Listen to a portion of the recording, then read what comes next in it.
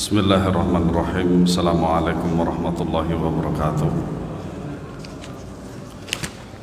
Innal hamdalillah nahmaduhu wa nasta'inuhu wa nastaghfiruh wa na'udzu billahi min shururi anfusina wa sayyiati a'malina. Man yahdihillahu fala mudilla lahu wa man yudlil fala hadiya lahu.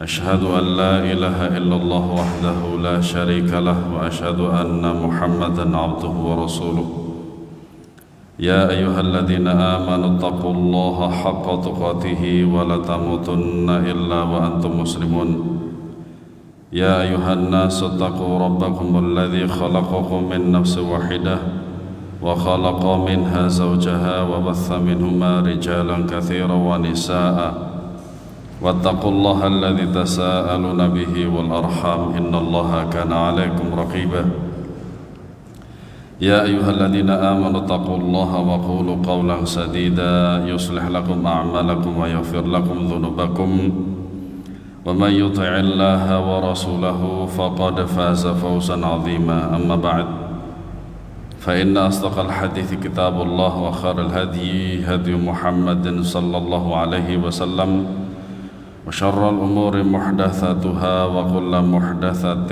بدعة وكل بدعة ضلالة وكل ضلالة في النار. معاشر المسلمين أعزنا الله وإياكم. Alhamdulillahi Rabbil Alamin.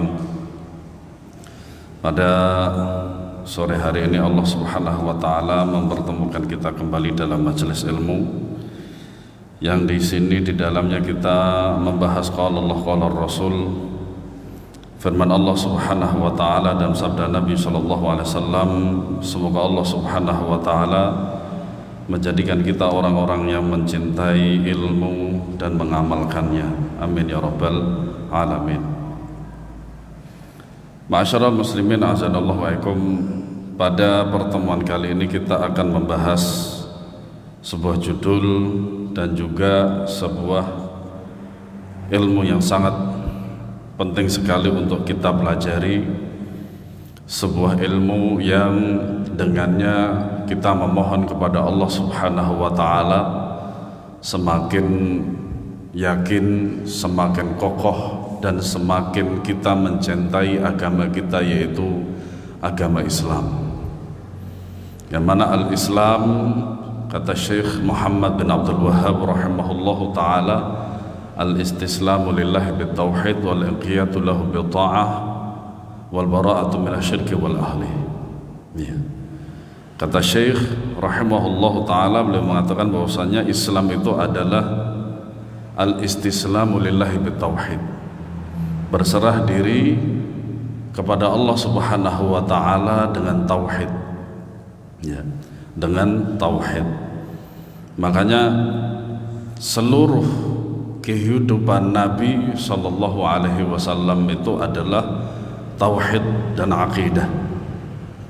Dan Islam itu adalah akidah itu sendiri. Kenapa demikian? Karena para nabi dan rasul diutus oleh Allah Subhanahu wa Ta'ala, yang pertama kali yang harus mereka dakwahkan kepada manusia adalah akidah dan tauhid. Maka kita mengikuti para nabi dan rasul, maka kita mempelajari yang paling penting dan terpenting dalam hidup kita itu adalah akidah, yaitu tauhid, sehingga kita bisa beribadah kepada Allah Subhanahu wa Ta'ala dengan sebaik-baiknya. Karena yang namanya ibadah itu tidak akan sah kecuali di atas tauhid. Dan tauhid yang benar itu adalah tauhid mentauhidkan, mengesahkan Allah Subhanahu wa Ta'ala. Wal inqiyadu lahu bita'ah, dan meminta pertolongan kepada Allah Subhanahu wa Ta'ala dengan ketaatan. Makanya ketaatan kepada Allah Subhanahu wa Ta'ala itu adalah sebaik-baik jalan dan paling mudah bagi seseorang untuk mengantarkan kepada pertolongan Allah. Ya. Wasilah yang paling baik, wasilah terbaik, yaitu ketaatan kepada Allah Subhanahu wa Ta'ala. Karena biasanya korelasinya dan konsekuensinya seperti itu. Orang yang taat kepada Allah Subhanahu wa taala maka akan dimudahkan hidupnya. Dia akan mendapatkan pertolongan Allah Subhanahu wa taala dengan mudah. Berbeda dengan orang-orang yang bermaksiat. Orang-orang yang bermaksiat itu sulit untuk mendapatkan pertolongan Allah. Maka syarat utama bagi orang-orang yang bermaksiat itu adalah taat. Yang namanya taat itu adalah taat kepada Allah. Kenapa demikian? Karena Rasulullah SAW bersabda, la ta'ata li makhluqin fi ma'siyatil khaliq. Tidak ada ketaatan kepada Allah, kepada sang Khaliq untuk taat kepada makhluk, tidak ada ketaatan kepada makhluk untuk bermaksiat kepada Allah Subhanahu wa ta'ala. Kemudian wal bara'atu minasyirki wa ahlihi, dan berlepas diri dari kesyirikan dan para pelakunya. Nah, ini yang telah kita pelajari dan akan terus kita pelajari tentang tauhid dan syirik. Kenapa demikian? Karena Syekh Muhammad bin Abdul Wahhab rahimahullahu taala mengatakan bahwasanya wa a'dhamu ma amarallahu bihi at-tauhid. Bahwasanya perintah Allah Subhanahu wa taala yang paling agung itu adalah tauhid. Wa a'dhamu ma nahallahu anhu asyirku, dan di antara larangan Allah Subhanahu wa ta'ala yang paling agung itu adalah kesyirikan. Makanya dengan kita mempelajari Islam ini dan juga sunnah Nabi SAW, kita insyaallah ta'ala kemudian mengamalkannya, kita akan menjadi orang-orang yang kokoh di atas Islam. Para jamaah rahimakumullah ta'ala, pada kesempatan yang paling baik ini kita akan membahas tentang agama Islam itu mudah. Ya, agama Islam itu mudah. Nah, kita ini sedang membahas tentang keindahan daripada Islam, agama kita sendiri. Bayangkan jikalau kita nggak ngaji. Bayangkan kalau kita tidak mempelajari agama kita.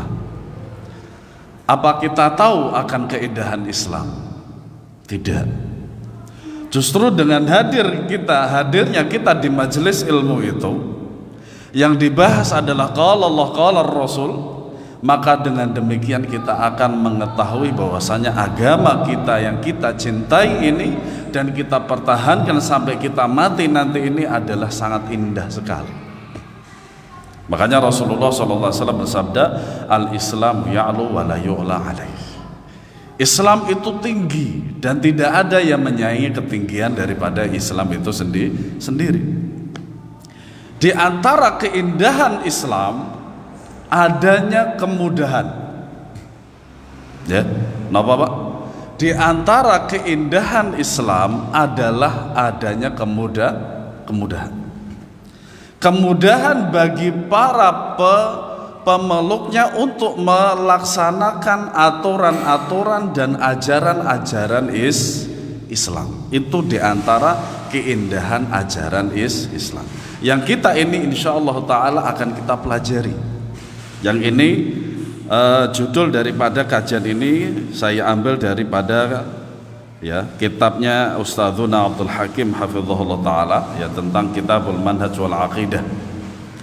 Beliau hafizahullah ta'ala mengatakan Islam adalah agama yang sangat mudah, sangat mudah. Ia telah memberikan kemudahan dan menghilangkan beban yang ada pada manusia, sebagaimana firman Allah Jalla dzikruhu, yuridullahu bikumul yusra wa la yuridu bikumul usra. Allah Subhanahu wa ta'ala menghendaki kemudahan bagi kamu dan tidak menghendaki kesukaran bagi kamu. Surat Al-Baqarah ayat 185. Nah, sebenarnya ayat ini adalah tentang apa? puasa. Syahrul Ramadan alladzi unzila fihi al-Qur'an hudan lin-nasi wa bayyinatin minal huda wal furqan faman syahida minkum asy-syahra falyasum wa man kana maridan aw ala safarin fa'iddatun min ayyamin ukhra yuridullahu bikumul yusra wa la yuridu bikumul usra walitukmilul iddata walitukabbirullaha ala ma hadakum wa la'allakum tashkurun. Nah, ini ayat lengkapnya demikian. Jadi di dalam ayat ini menjelaskan tentang sifat puasa, ya, sifat puasa. Dan bahkan ini adalah yang menunjukkan awal pertama kalinya bahwasanya Allah Subhanahu wa taala menurunkan Al-Qur'an di bulan Ramadan. Ya. Dan ini ayat yang mengawali tentang puasa, dalil tentang puasa. Nah, kemudian syahidnya adalah yuridullahu bikumul yusra wa la yuridu bikumul usra. Allah menghendaki kemudahan bagi kamu dan tidak menghendaki kesukaran bagi kamu. Nah, maksudnya ini sebagaimana yang dikatakan oleh Syekh Abdurrahman bin Nasir Sa'di rahimahullah. Beliau mengatakan Allah menghendaki yang memudahkan bagi kalian jalan yang menyampaikan kalian kepada ridhonya. Makanya puasa itu Nabi SAW bersabda, man shoma ramadhana imanan wahtisaban ghufira lahu ma taqaddama min dhanbihi. Makanya yang namanya puasa itu harus didasari oleh iman kepada Allah dan mengharap ridha kepada Allah Subhanahu wa taala.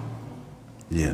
Nah, ketika yang diharapkan adalah ketika seorang itu berpuasa berdasarkan atas iman dan ridha, mengharap ridha Allah Subhanahu wa taala, maka puasa itu akan semakin mudah. Semakin mudah. Segala rintangan, misalkan lemas, lapar, itu bisa dilalui dengan baik. Kenapa demikian? Karena berasaskan iman dan mencari ridha Allah. Ya. Makanya Nabi SAW bersabda, "Man lam yada' qawla zuri wal 'amalu bihi, ya, fa innallaha barang siapa yang tidak bisa meninggalkan perkataan bohong atau bahkan melakukannya itu, maka fala hajata, maka Allah tidak membutuhkan bagi dia itu untuk meninggalkan makan dan minumnya dia. Artinya Allah tidak membutuhkan puasanya dia. Dengan kemudahan yang paling mudah dan meringankannya dengan keringanan yang paling ringan. Dan ini banyak sekali kalau sekiranya kita membahas kaidah fiqhiyah atau usul fikih, itu banyak sekali kaidah-kaidah itu. Nah, di antara ayat ini menjadi ayat dalil bahwasanya agama Islam itu adalah agama yang mudah. Kemudian beliau melanjutkan, oleh karena itu segala perkara yang diperintahkan oleh Allah atas hambanya pada dasarnya adalah sangat mudah sekali. Contoh, Allah Subhanahu wa taala berfirman, walillahi 'alan nasi hajjul baiti man istata'a ilaihi sabila. Ya. Dan ada kewajiban bagi manusia itu berupa apa? Haji.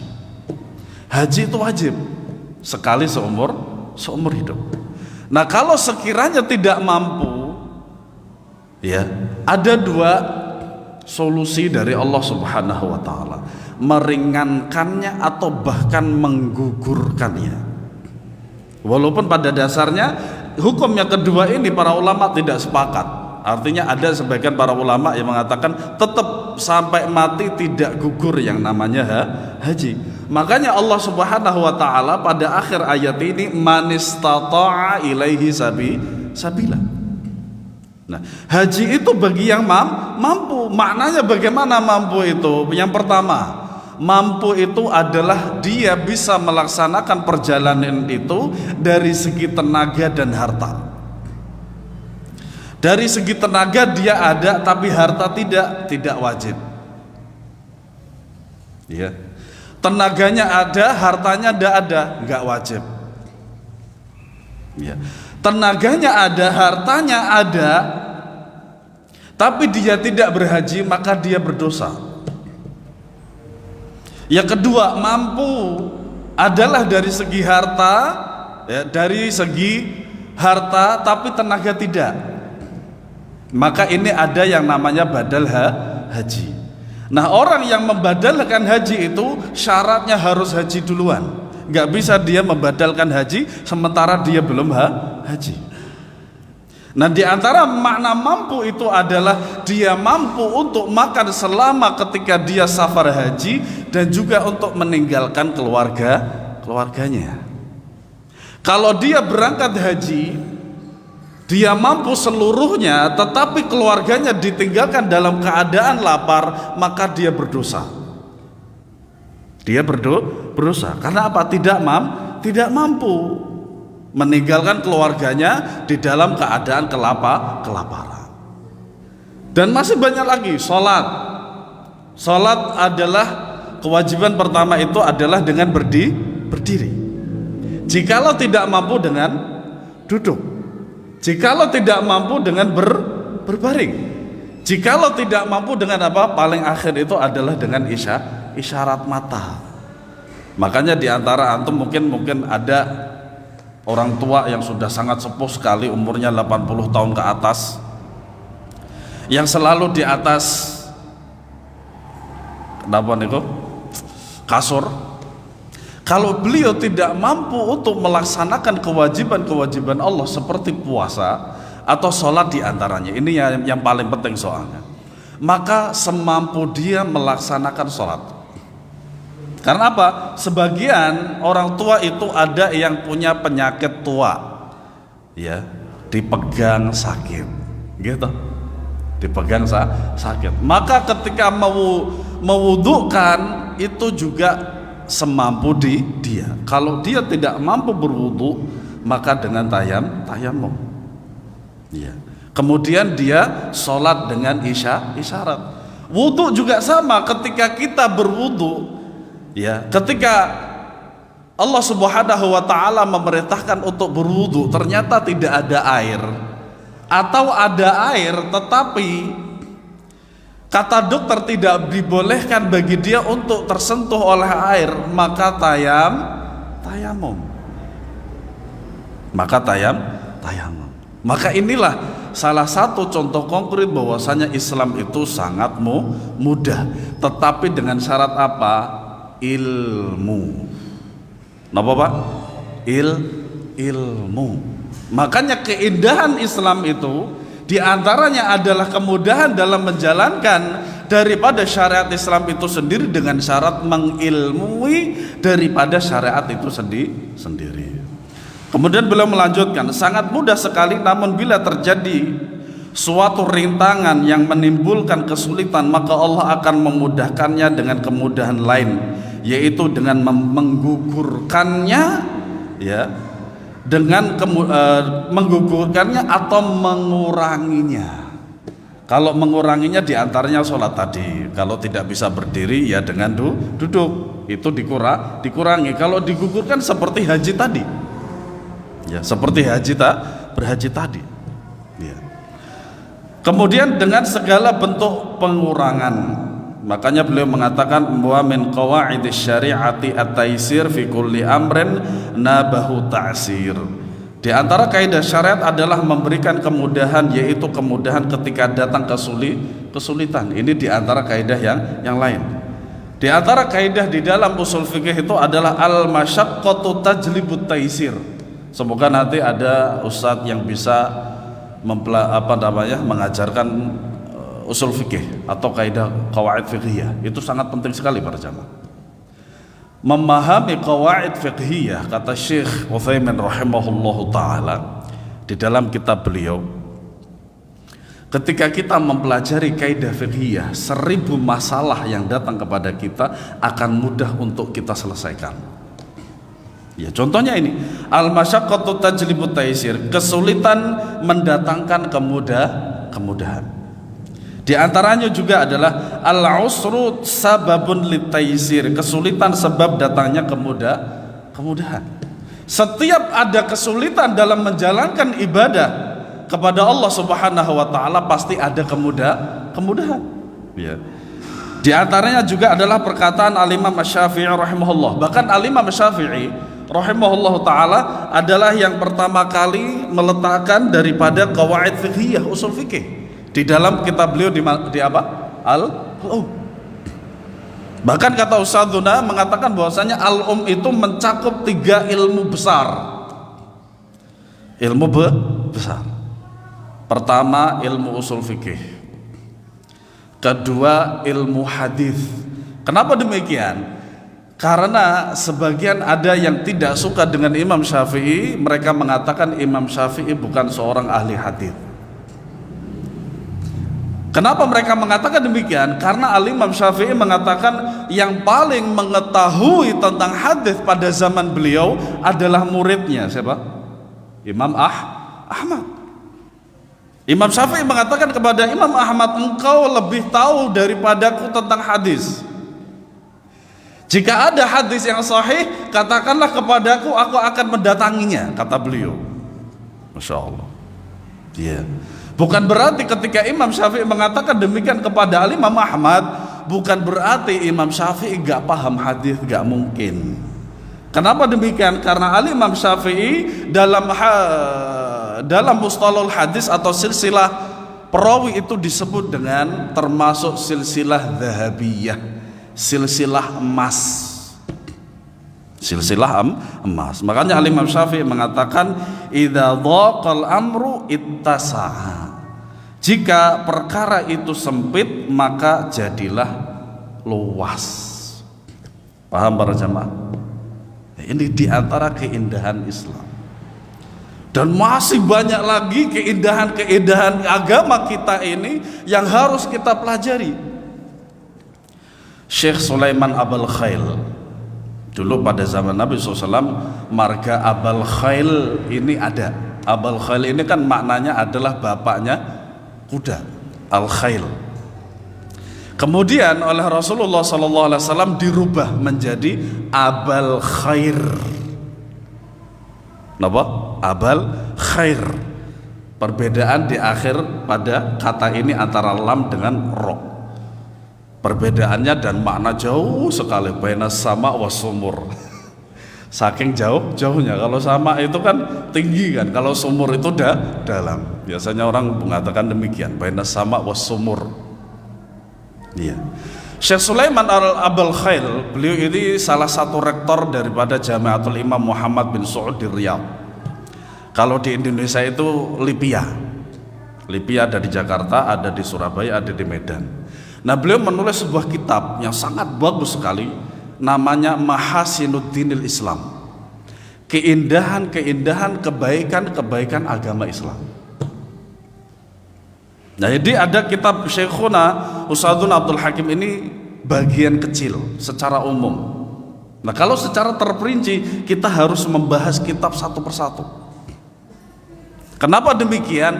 Karena keindahan Islam itu terdapat pada ilmu. Ya. Jadi ini diantara salah satu daripada dalil bahwasanya agama Islam itu mudah. Kemudian firman Allah Subhanahu wa taala, "Ma yuridullahu liyaj'ala 'alaikum min harajin walakin yuridu liyutahhirakum wa liyutimma ni'matahu 'alaikum la'allakum tashkurun." Allah tidak mau menyulitkan kamu, tetapi Dia hendak membersihkan kamu dan menyempurnakan nikmatnya bagi kamu supaya kamu bersyukur. Ini dalil di antara dalil bahwasanya Islam itu mudah.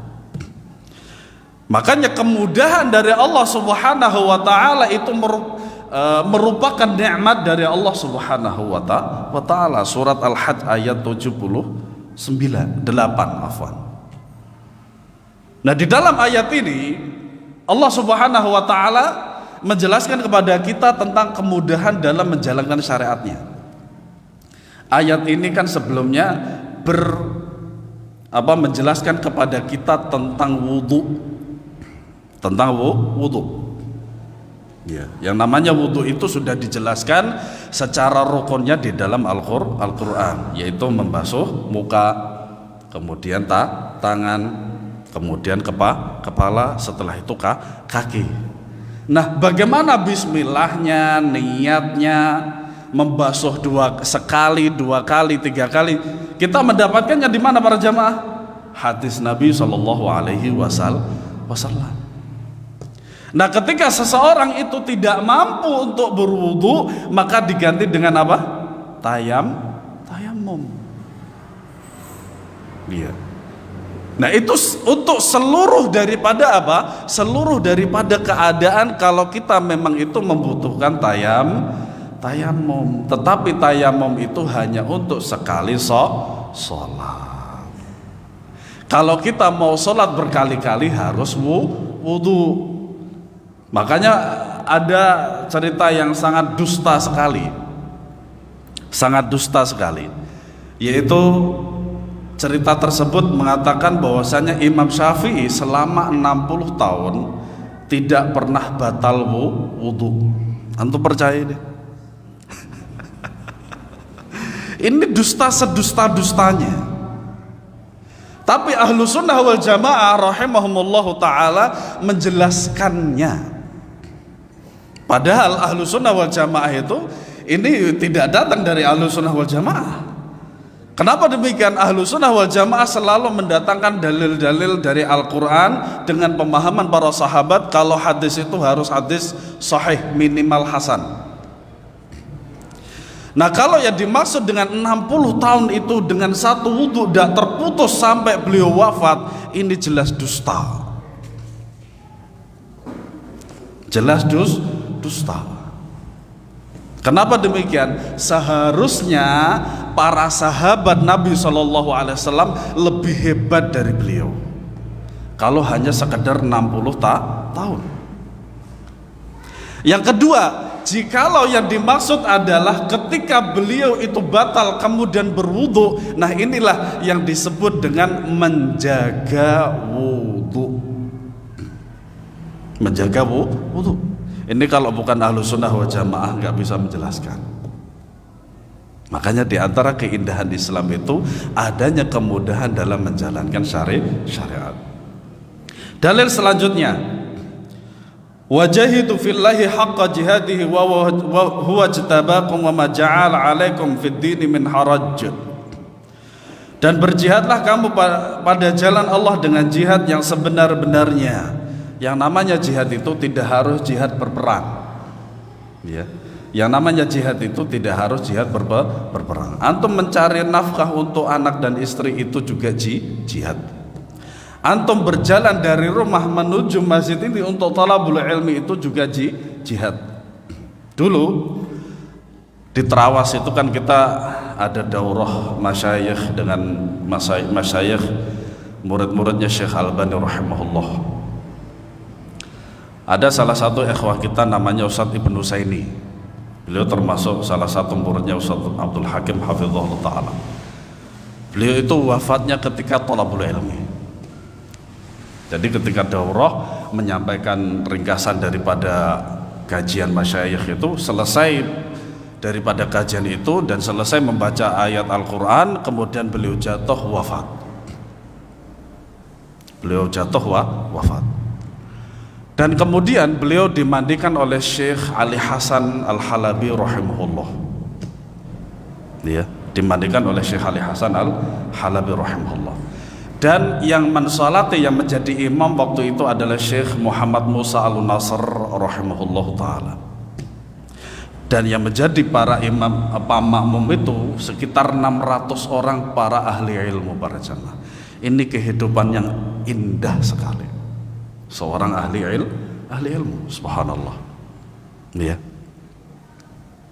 Dan berjihadlah kamu. Dan ajibnya, yang kita tahu bahwasanya sholat jenazah itu takbirnya berapa? 4. Tapi Syekh Muhammad Musa Al-Nasr ini takbirnya 6. Ketika saya tanya apa dalilnya, memang ada. Qadarullah saya belum mendapatkan secara lafaznya. Yang beliau sampaikan adalah riwayat bil makna. Makanya diantara cara meriwayatkan daripada hadis itu adalah riwayat bil makna. gitu. Dan itu banyak sekali kita dapati pada kitab-kitab para masyayikh, tapi tidak pada hadis-hadis atau syarah hadis. Nah, jihad ini maknanya luas. Maknanya luas. Yang paling afdal adalah talabul ilmi. Nabi sallallahu alaihi wasallam bersabda, "Man kharaja fi talabil ilmi wa huwa fi sabilillahi hatta yarji'a." Barang siapa yang keluar, yang dia itu menuntut ilmu, maka dia berada di jalan Allah hatta yarji'a, sampai dia pulang.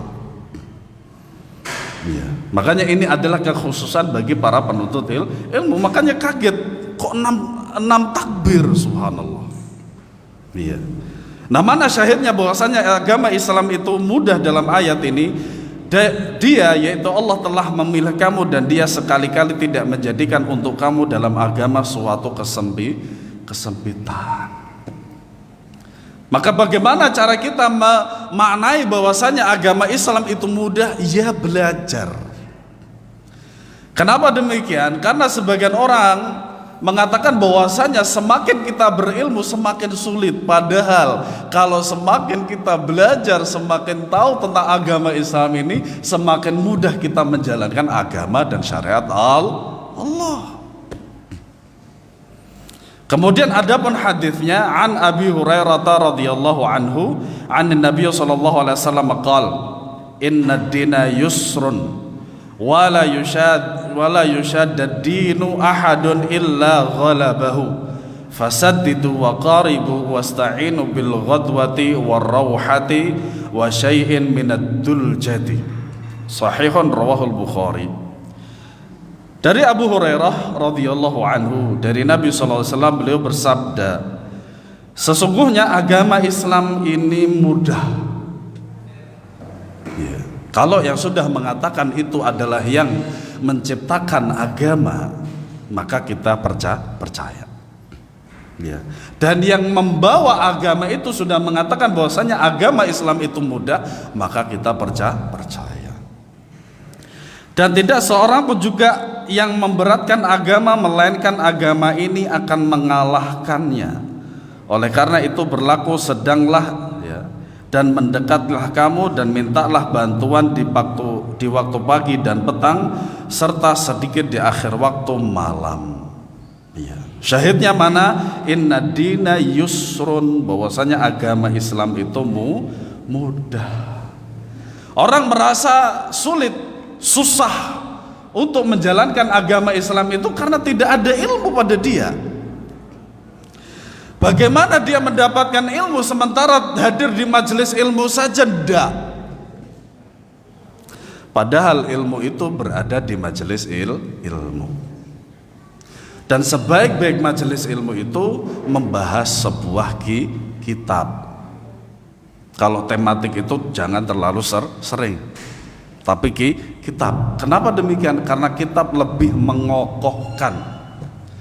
Asatidah yang antum undang untuk mengisi kajian di masjid kita atau dimanapun itu, mereka adalah alumni yang mempelajari kitab sampai selesai, bahkan kadang diulang lagi.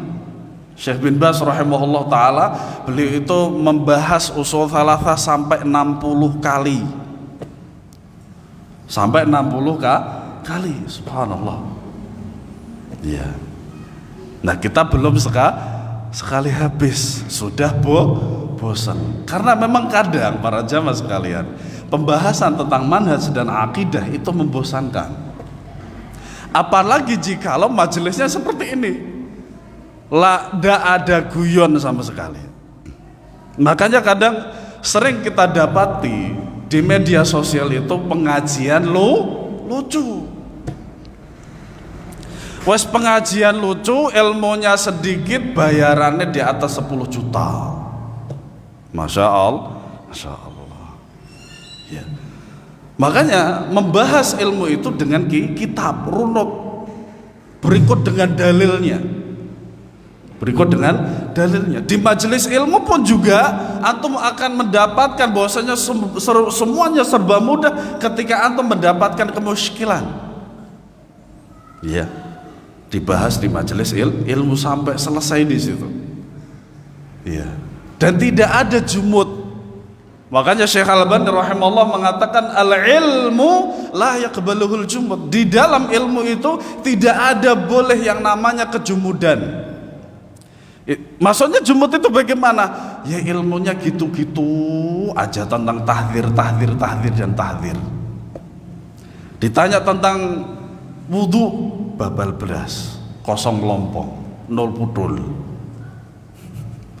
Makanya Syekh Malik Husain Sa'ban, Syekhuna, semoga nanti saya bisa mengundang di sini insyaallah taala. Beliau salah satu muridnya Syekh Al-Albani rahimahullah taala. Beliau mengatakan kenapa pembahasan jihad itu di akhir daripada seluruh pembahasan fikih? Karena para ulama menginginkan bahwasanya jihad itu betul-betul di atas ilmu. Kalau jihad hanya sekedar semangat tapi gak ngerti hukum-hukum fikih, hukum ibadah, itu sama saja dengan mati konyol. Sama saja dengan mati konyol. Nah, hadis ini hadis sahih riwayat Imam Bukhari. Nah, ini beliau rahimahullahu taala ya meletakkannya di dalam 4 tempat. Sebenarnya di dalam Sahih Bukhari itu kan ada sekitar 8.000 hadis lebih. Tapi sebenarnya itu adalah hadis-hadis yang diulang. Nah, beliau rahimahullah ta'ala meletakkan hadis dalam hadis nomor 39, kemudian 5.673, 6.463, 7.235. Apa faedahnya kita menyebutkan nomor daripada hadis supaya kita mudah untuk mengecek hadis ini sahih atau tidak? Makanya Syekh Abdullah Al-Bassam rahimahullah ta'ala mengatakan bahwasanya hadis-hadis dari Sahih Bukhari dan Muslim fala hajata li takhrijihi, tidak butuh untuk ditakhrij lagi ya. Makanya hadis-hadis yang datang dari Sahih Bukhari dan Muslim itu mayoritasnya sahih. Kalau selain dari keduanya antara hasan, sahih, dhaif, bahkan palsu. Nah, faedah daripada hadis ini yang pertama, Islam adalah agama yang mudah sebagaimana ditegaskan Nabi Shallallahu Alaihi Wasallam, yaitu agama yang menghilangkan segala beban dan kesempitan yang dapat memberatkan dan menyusahkan umat manusia, terutama dalam menjalankan syariat Islam. Ya. Dalil-dalil yang ada tentang dari Al-Quran tentang kemudahan itu kan kemudahan dalam menjalankan syariat. Ya. Yang kemudian korelasinya adalah untuk kemudahan di dalam menjalankan kehidupan. Makanya ada yang mengatakan bahwasanya sekiranya kalau hidupnya amburadul, maka yang pertama kali yang harus engkau perbaiki itu adalah hubunganmu dengan Allah. Bisa jadi kehidupan seorang itu amburadul karena jauhnya dengan Allah subhanahu wa ta'ala. Yang kedua, kemudahan itu merupakan kekhususan bagi umat ini yang tidak terdapat pada umat-umat yang terdahulu, dan kemuliaan dari syariat Nabi yang mulia Muhammad SAW sebagai Nabiur Rahmah, Nabi Rahmat. Contoh, dulu pada zaman nabi-nabi terdahulu yang namanya harta rampasan perang itu tidak dibagikan.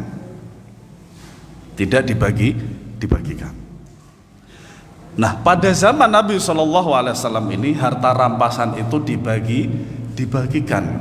Di antaranya apa? Terutama bagi orang-orang Muslim yang baru itu lita'lifi qulubihim, supaya hatinya itu lembut dengan agama Islam dan menerima agama Islam dengan baik. Itu. Iya. Yang ketiga, larangan bersikap ghulu dan melampaui batas dari apa yang telah ditetapkan oleh agama dan melalaikan atau mengurangi hak. Tetapi tengah-tengah atau sedang dengan syarat benar dan betul sesuai dengan sunnah Nabi yang mulia sallallahu alaihi wasallam. Karena bersikap sedang dan sederhana dan tetap berada di dalam sunnah itu lebih baik dan daripada bersungguh-sungguh dalam bid'ah. Al-iqtisadu fi sunnati afdalu minal israfi fil bid'ah. Makanya bid'ah itu memberatkan. Bid'ah itu memberatkan, sunnah itu memudahkan. Makanya kata Imam Al-Barbahari rahimahullah taala, al-islamu huwa sunnah wa sunnatu hiyal islam. Makanya kita tidak akan bisa memaknai Islam dengan sebenar-benarnya kecuali dengan sunnah. Ya. Yang keempat, setiap orang yang bersikap ghulu atau melampaui batas di dalam agama pasti akan binasa dan akan dikalahkan oleh Islam itu sendiri. Dan Allah Subhanahu wa taala mempunyai tentaranya yang akan membinasakan mereka, yang akan memerangi mereka. Ya. Ini bukan ajaran Islam.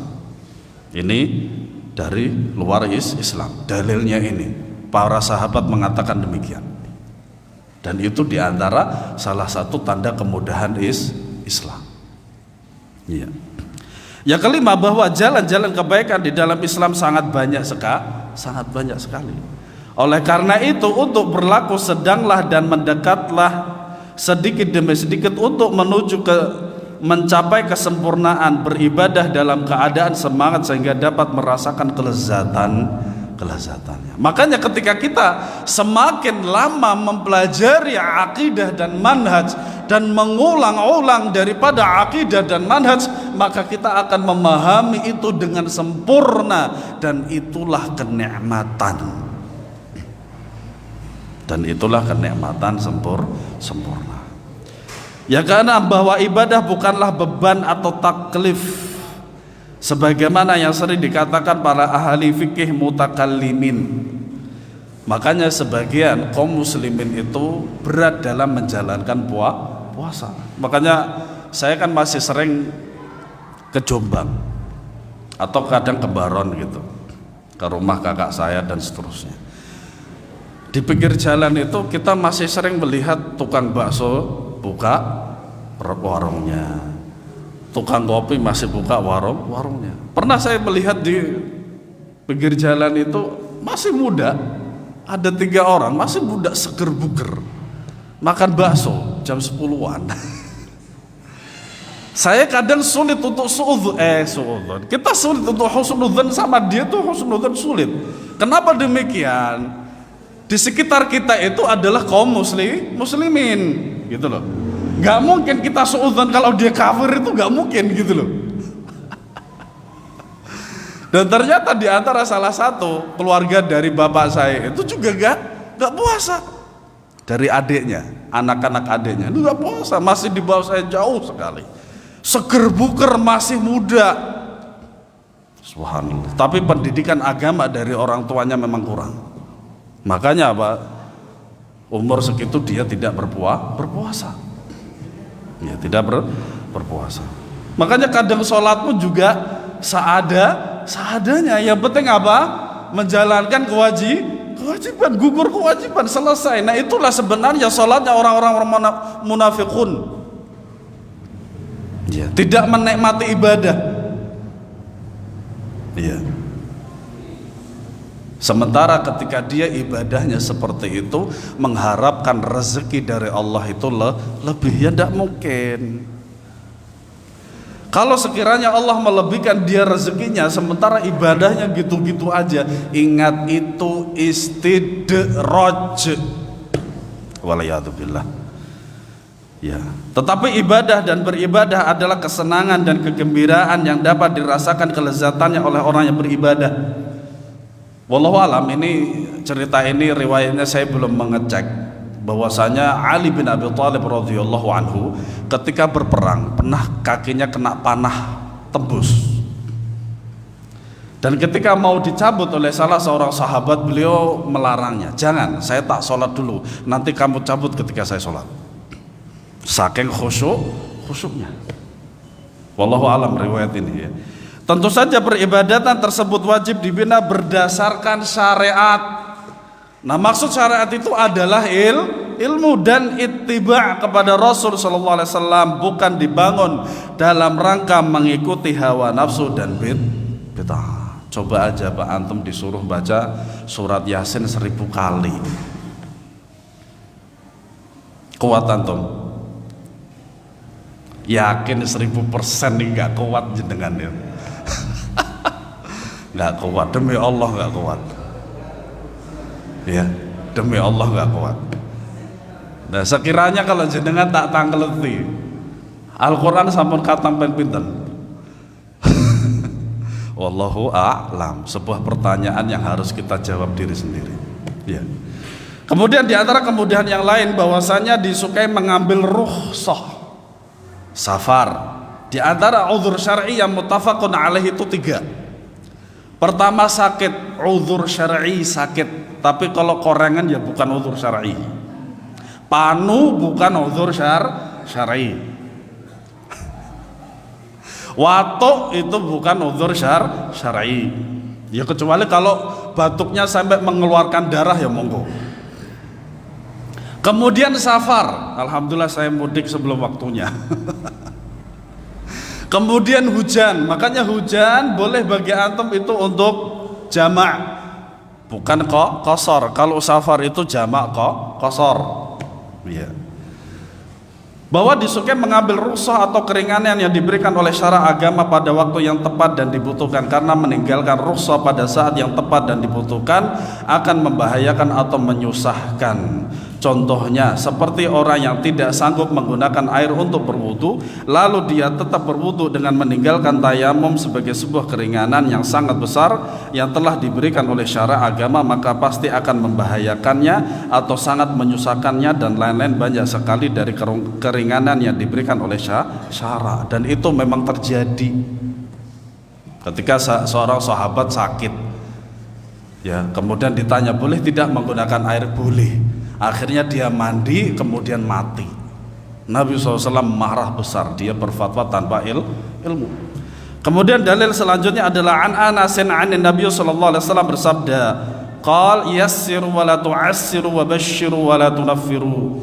Dari Anas, dari Nabi SAW, beliau bersabda, mudahkanlah dan janganlah kamu menyusahkan, serta berilah kabar gembira dan janganlah kamu membuat orang lari dari agama Islam. Para jamaah sekalian, di antara faedah surat Abasa wa Tawalla itu apa? Mengeluarkan seseorang dari agama Islam itu lebih sulit daripada memasukkan mereka orang-orang kafir dalam Islam. Makanya mereka-mereka yang sudah di dalam Islam itu betul-betul harus dijaga dan diajarkan mereka agama tentang Islam, supaya apa? Terpatri di dalam benak mereka bahwasanya agama Islam kita itu, yang kita memeluknya itu adalah agama yang indah dan agama yang mudah, dengan syarat apa? Ilmu. Semoga Allah Subhanahu wa taala memberikan kita kecintaan terhadap agama kita sampai Allah mewafatkan kita di atas agama Islam dan sunnah. Amin ya rabbal alamin. Subhanakallahumma bihamdika asyhadu an la ilaha illa anta astaghfiruka wa atubu ilaik. Assalamualaikum warahmatullahi wabarakatuh.